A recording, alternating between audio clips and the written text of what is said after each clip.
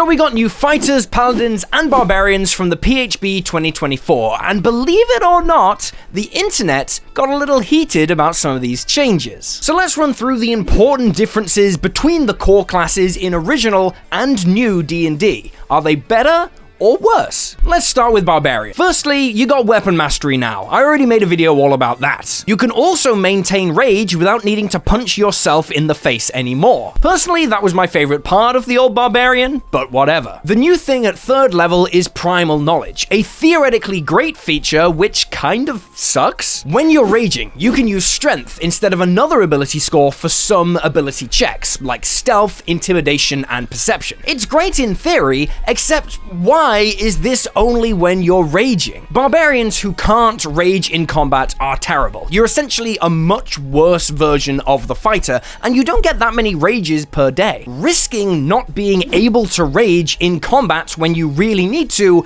isn't worth it. In practice, I just don't see this being used that much. Are you gonna burn a use of rage just to have a +4 to your stealth check instead of a +2? That is a terrible business decision. This should have just always been active, even if you're not raging. Barbarians also get a new feature, Brutal Strike, which replaces Brutal Critical. Instead of just critting harder, you can now forego advantage on attack to do a little extra damage on a hit and get a bonus effect, like pushing someone back or slowing them down. It's okay, but depending on the enemy, it might be better to just take the advantage for more reliable, consistent damage. Finally, they gave Barbarians a better Relentless Rage, so now when you pop back up after being knocked to 0 hit points for the first time, you come back a little tankier. Obviously, we'll do deep dives into every class when we can actually see the book, but my initial thoughts on this are that it's kind of mid. It is probably better than before, but it's frustrating. Primal Sense is meant to make Barbarians useful outside of combat, but you have to burn your combat resource to use it. If it's to help you out in social encounters or while exploring, well, all of those things normally last more than 1 minute. You're not going to be repeatedly burning rage to have a slightly better perception check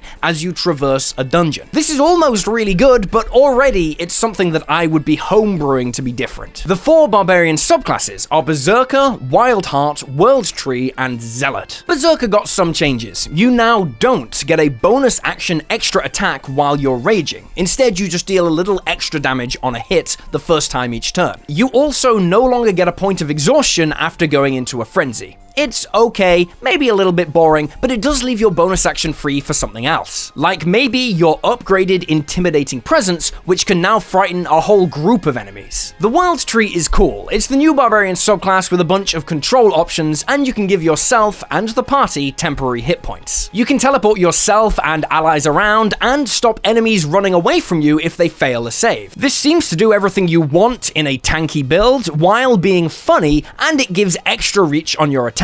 Combo this with Bugbear, punch enemies from 20 feet away, enjoy. It has also murdered the Battle Rager Barbarian, which already sucked, but its only good feature was giving itself temporary hit points. With this subclass doing the same, that subclass is officially terrible. Wildheart is the new Totem Barbarian, and it seems basically the same with a little more customization. You can now swap between the animal that you've chosen on a short rest, so you can be a bear for one encounter and a wolf for the next. Pretty nice. But Zealots got a pretty big nerf. They no longer have that beautiful ribbon ability to ignore the components for spells that resurrect them. I loved this, loved the flavor, loved the no fear ability to repeatedly kill yourself with no consequences. There was some really fun stuff you could do with that. Instead, you've got this kind of pseudo lay on hands feature letting you heal yourself as a bonus action. Zealots do get a slight bonus to their ability to re-roll a failed save though, so that's pretty good. You also no longer get the iconic man literally too angry to die meme that was Rage Beyond Death. It's been replaced with Rage of the Gods, which gives some damage resistance, flight, and the ability to use a reaction to pick up an ally who would fall to 0 hit points. It's not a bad ability, honestly, depending on the resource cost, but it's definitely less badass. The new Zealot feels very safe, with the edges kind of sanded down a bit. I like wacky stuff that enables crazy shenanigans, so this one is kind of a miss from me. But don't worry, we've got Paladins to talk about next, and I'm sure there's nothing controversial about changes they made to Paladins,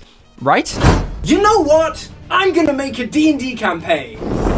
Oh, don't bother, it's impossible. I say we down 5 Red Bulls and invest in cryptocurrency. It's the future. Wait, no, making a game is actually really easy. You can get everything you need to make an amazing campaign for you and your friends. Well, I do have a lot of good ideas for a game, but it's hard to organize them, and I don't know where to start. I should just give up. Let's give up, it's too much work. Let's get into meth.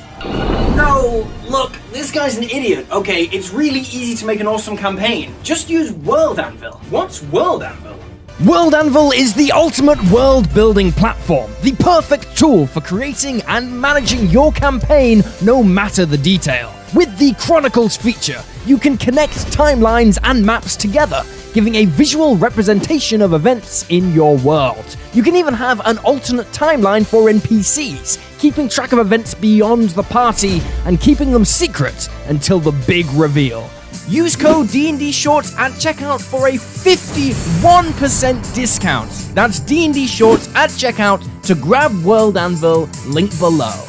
So Paladins get spell slots at level 1 now. This seems to be the case for every half spellcasting class. Nice. But the changes everyone's up in arms over are those made to Divine Smite. Divine Smite is now a spell, not a core feature of Paladins, and it now costs a bonus action to use. That means no smiting on a reaction attack, no 2-weapon fighting, no polearm master, and Divine Smite can now be counterspell. The new feature simply gives Paladins access to the Divine Smite spell, and says they can cast it for free once per long rest. No doubt about it, this is a big nerf to Paladins. It's also a backdoor buff to Eldritch Knights, Blade Singers, Swords Bards, and any other spellcasting martial character. Because Divine Smite is now a first level spell, anyone in the game can grab it, with just a single level in Paladin, or maybe even via a feat like Magic Initiate or something similar. Upside though, Paladins now get 2 uses of their Channel Divinity, and regain 1 upon finishing a short rest, which means you'll be able to use your subclass features more often. Paladins also get a free casting of Find Steed each day. It's a fun spell, it's nice to be able to have this and save the spell slot for something else. The Abjure Foes feature from the playtest also made it in, letting you frighten a bunch of enemies at once. It's okay. The 4 Paladin subclasses are Devotion, Glory, Ancients, and Vengeance. Devotion Paladins got some cool stuff. You can now activate your Channel Divinity for a bonus on attack rolls for free when you take the attack action. It used to cost a whole action, but now it's just kind of a free +3 to 5 on all your attack rolls. They can also grant nearby allies half cover when they use their Divine Smite. Extra AC for you and the boys is always fun, and you can now use a bonus action to enter your Ultimate Protector form at level 20. Pretty sure all Paladins work that way now. Glory Paladin is from Tasha's, and most of the subclasses from Tasha's made it into this book with very minor changes. This one has a slightly powered up aura, giving allies a boost to their speed if they move within 10 feet of you on their turn. Ancient Paladins got an interesting nerf. They used to give everyone within 10 feet resistance to all damage from spells. Now they just give everyone resistance to necrotic, psychic, and radiant damage. Their Nature's Wrath Channel Divinity got a buff though, increasing the range and letting it catch multiple creatures. Thank God, because this sucked before. Finally, like Barbarian, the feature that picks you back up when you fall to 0 hit points now brings you back with a bunch more hit points. Finally, Vengeance Paladins, like Devotion Paladins, can activate their Channel Divinity for free when they take the attack action. That means advantage on all attacks against a target, and when that target dies, you can move the ability to someone else for free and just keep going. There's also an error in Watsy's video. According to Treant Monk, the final Vengeance Paladin feature doesn't last an hour like they claim. If that is a mistake, it means the new version probably only lasts for 10 minutes, where the old version lasted an hour. Paladins haven't actually changed all that much as a core class. There are a few upgrades which are fun, like the Find Steed and easier access to Channel Divinity, but a lot of people are going to focus on the nerf to Divine Smite, and I get that, it's a shame, but we've still got to talk about the fighter. Now of course, fighting fellas get a bunch of weapon masteries, and they also get get an improved second wind. Now, instead of only using it to heal, you can use it to bump an ability check. You also get more uses of it per day as well. Also, from level 5, when you use your second wind, you can move up to half your speed without provoking opportunity attacks. This is going to be great on ranged fighters who need to maintain a distance. At level 9, fighters can swap out the weapon mastery on their current weapon for push, sap, or slow anytime they attack with it. It's okay. It's going to make weapons that don't have those properties much more valuable on a fighter. Fighters also get studied attacks at level 13 now, giving you advantage on your next attack against a target if you miss them. Some fighting styles have also been improved, and honestly, from everything we've seen so far, and yes, we will need to do a deep dive with the actual text later,